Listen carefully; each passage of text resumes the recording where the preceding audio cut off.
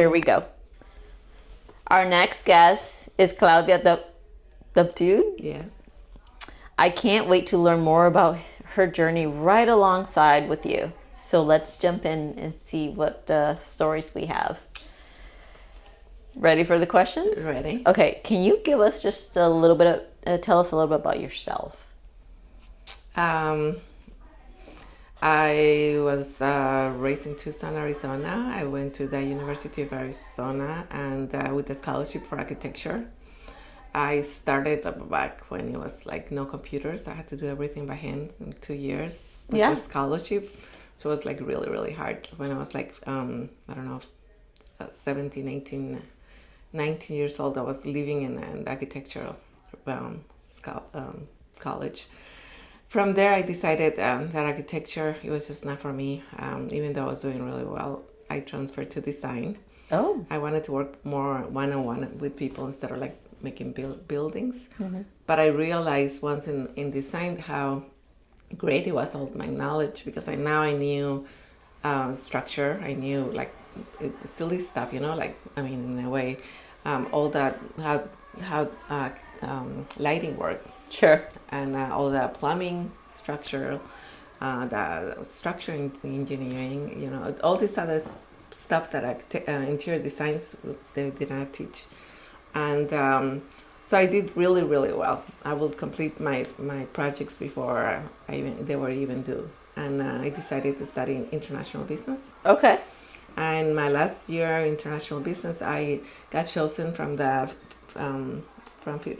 students actually, from the United States to go to Europe for 3 months and study about the integration of the common market in 1991 when it was going to become.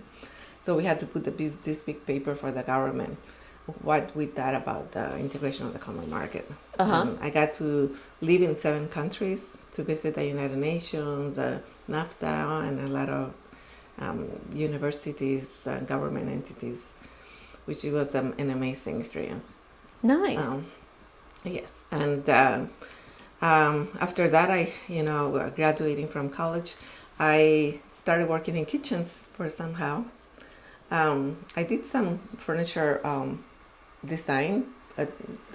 Kitchens is what called me more, and I was doing that and I got certified as an NKBA designer, which is the highest design. So I started doing kitchens, and I realized how easy and nice and how much I enjoyed doing them, and how much it was to learn from. That all the kitchens are so different. They're all not, and you can get in a lot of trouble if you order something wrong. So there was a lot to learn in that. But so I started doing kitchens, and when I got married, got divorced, I moved to Phoenix, to here. And I started my own business in 2007. Okay. After working for several big companies in the kitchen industry. And learned a lot, from the big people in the industry to the suppliers, the wholesales, everything that had to do with the business, and having to work from home because I had 2 kids by then. Sure. I was just like, okay, God, I'll be living in my trusting in God that He will like just bring me customers, and sure. And knowing the industry so well, because I did really well working with my employer, that I decided to start, like with my first project and doing the best I could, and the second project, and here I am 22 years later, and love what I do as the kitchen. Even though I'm an interior designer, I believe the architecture background really, really helped me make the most out of the space, the design, the money, the budget. It put it all together, and always wanted to exceed the expectations of my customer. Nice. So in the last years, I won consecutive awards from the it's a website called Houzz, which all the designers, contractors, and all the design industry enter their portfolios and reviews from people. And I have won awards since 2016 till now. Nice. Yes, and I'm very proud of that. At the same time, from all that experience, I've seen the waste. Always, my customers had a big dumpster, and everything went into the dumpster. And sometimes I felt like, gosh, if I knew who will take it up, but being busy with mom with 2 kids and going about and about, I didn't know, how to go about it. So I would always wish I knew someone to call, because sometimes there were big refrigerators, big, nice appliances, lamps, fixtures, plumbing fixtures, or things that were still pretty good, very nice, that people couldn't even afford. They were throwing them away. Yeah. So I always felt like I wish I knew someone, that I could give it to. So in the pandemic, finally, I got some time to sit down and put, I have done a lot of stuff that I wanted to do personally. Sure. But then I felt like I was always thinking about that one. So I called it the one-to-one wish. Okay. Where people could, and I made this website where people could go there, and I know there's a lot of them right now, but my whole thing is like, you always have something that you want to give away. Yeah. It's a clothes, toys, furniture, appliances, anything, or even when someone dies, they have that full house of stuff and cars. So I invested some money into building the website. All right. You ready for the questions? Yes. Bring it on. If you would have dinner with someone in history, who would it be? That would be kind of funny. I don't know, like Mother Teresa, someone that made a huge impact in life. I'm not close, but I feel like someone like that could make such an impact in life is a well life lived. And like once you have live a comfortable life, like what else is to do, keep spending more money, buying more stuff, so I for me it's very, very important to know that at least what I have left in my life that I can help, and that's why my one-to-one wish. What's the weirdest thing you've ever eaten, and did you enjoy it? I studied French, so that I had to try escargot. And I love French, I love Paris, I love Europe, but I just couldn't eat it. Yeah. What's the most awkward compliment you've ever received? Oh, I like your accent, when I know they didn't and they couldn't understand and they asked me to repeat what I was saying again. My accent, yeah. What's the one thing you own that you'd be embarrassed for someone else to find? Oh, what was that? What would I say about that? What do I own? Oh, maybe so many shoes. I love shoes. Okay. Yes. If you could instantly be great at any hobby or skill, what would it be? My career, my design career. It's not just my business, it's my hobby.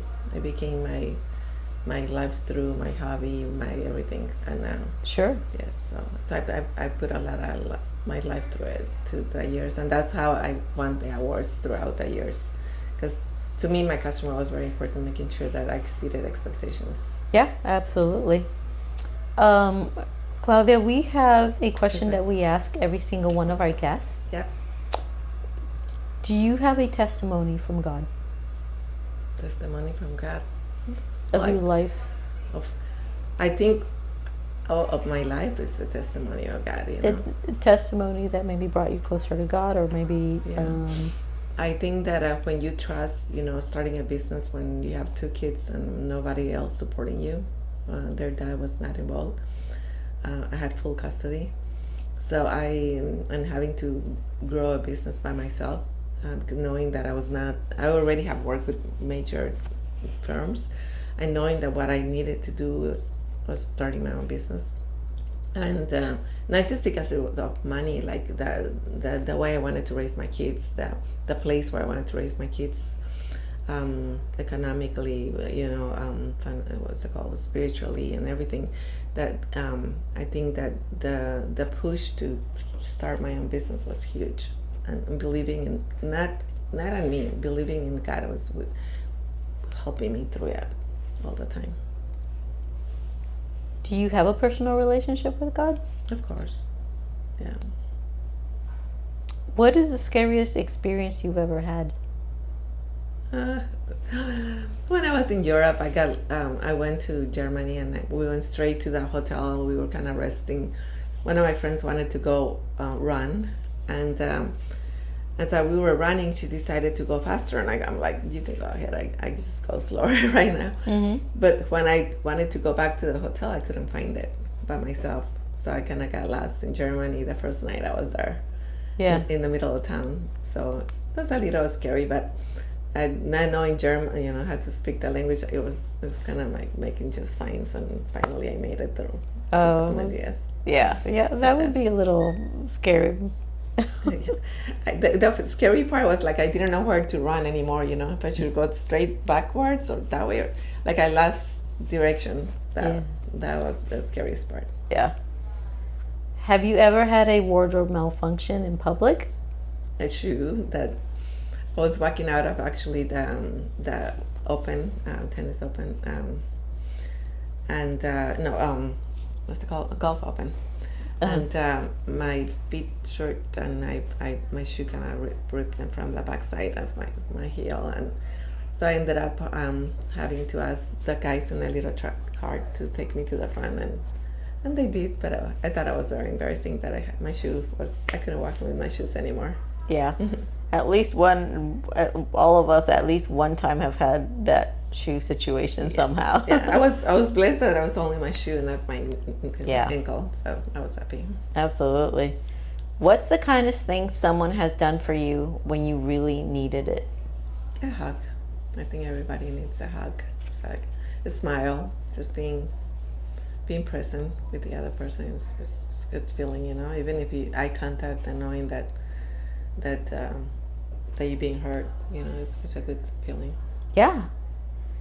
What's the most awkward thing that's ever happened to you on a first date? Not knowing what to say. With really having knowing for sure that you have nothing in common. Yeah, and that can happen often. Yes. Claudia, thank you so much for being here with me. Can you give me a 30-second commercial of your business and how people can contact you? The name of my business is Damore IDS. My phone number is 480-751-9938. Like I said, you can also look me up in Houzz.com by Claudia Dabdoub, or my business name, Damore IDS. And also, please look at the website one-to-one-wish.org. It is an organization and with no profit. And it's my wish for the world to help each other. Thank you so much. Oh, thank you for inviting me. And stay tuned for the next one. Thank you. Take care.